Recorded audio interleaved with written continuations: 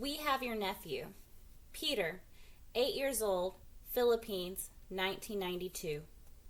We have your nephew, said the handwritten note. If you surrender to us, we will return the boy to his parents. Brother M.T. stared at the message.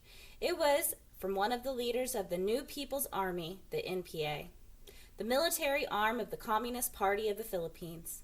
People in many parts of the Philippines had been threatened and persecuted for years by this group of terrorists. Brother M.T. was an evangelist in the Philippines. He travels regularly into the mountains to preach to the terrorist groups. Peter, his 8-year-old nephew, frequently went with Brother M.T. on his evangelistic trips. He was a special help to him in the children's meetings in the mountain villages. Because of the pressure from the NPA, Brother M.T. was often forced into hiding. Still, as a result of his ministry, some of the NPA soldiers had given their lives to Jesus Christ and left the organization.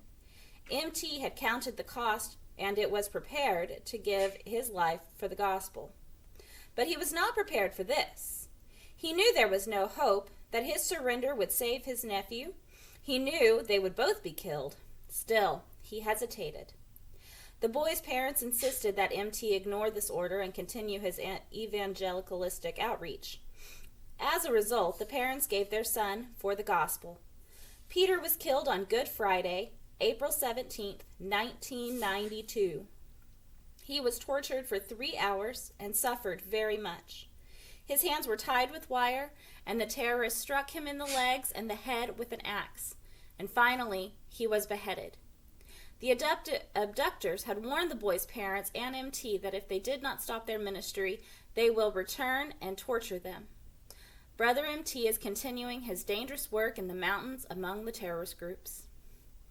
A minister and I heard of in Romania had been horribly beaten and was thrown back into his cell with other prisoners.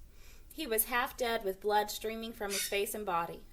Some of the prisoners washed him, others cursed the communists. Groaning, the minister said, "Please don't curse them.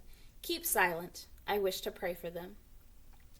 Richard Wombrand spent 14 years in a communist prison, Romania, in the 1940s, in the 50s, and in the 60s.